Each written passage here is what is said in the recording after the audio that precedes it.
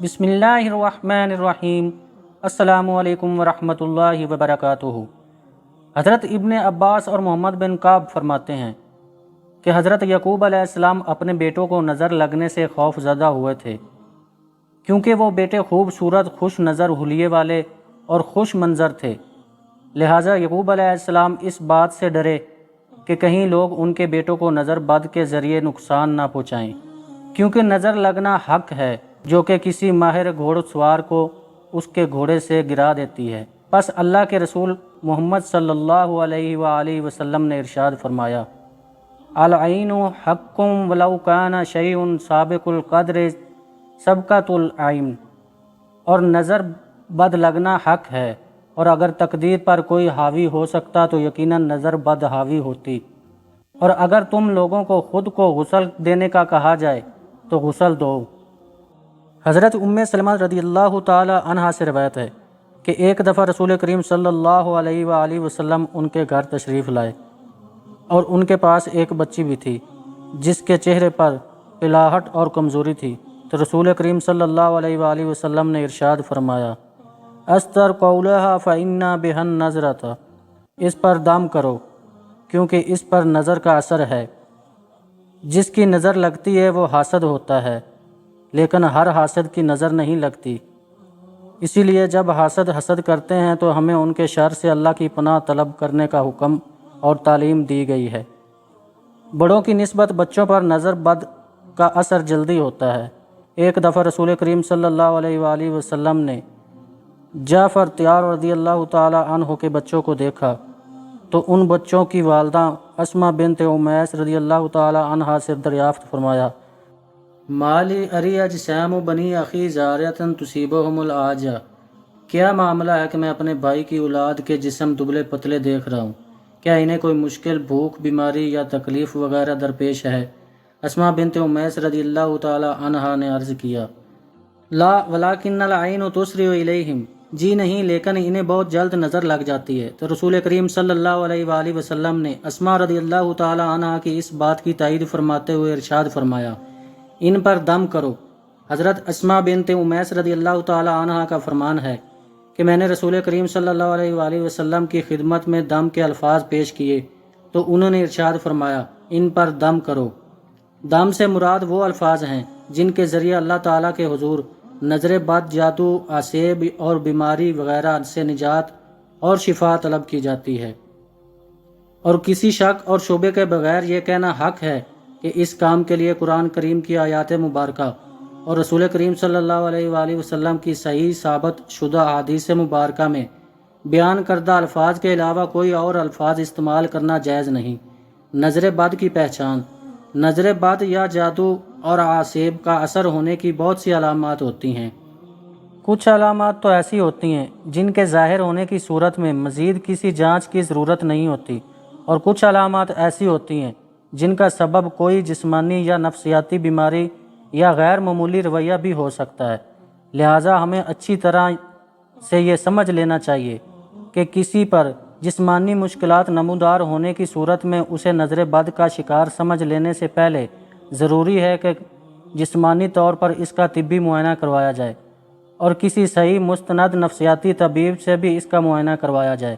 اور اگر ان دونوں اطراف سے اس میں کسی بیماری یا غیر معمولی حالت و کیفیت کا پتہ نہ چل سکے تو پھر نظر بد لگنے یا کسی جادو یا آسیب وغیرہ کے اثر ہونے کے بارے میں سوچنا چاہیے۔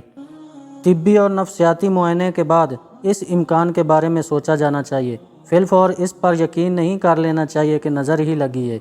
یا کوئی جادو یا آسیب وغیرہ کا اثر ہو گیا ہے۔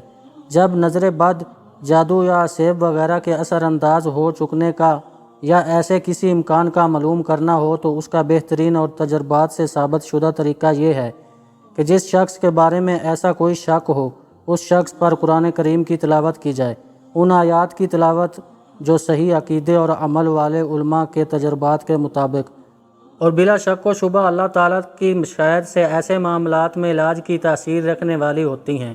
جب ان آیات کو مشکوک شخص یا مریض شخص کے سامنے تلاوت کیا جاتا ہے یا بسا اوقات جب اس کے سامنے قرآن کریم کی تلاوت کی جاتی ہے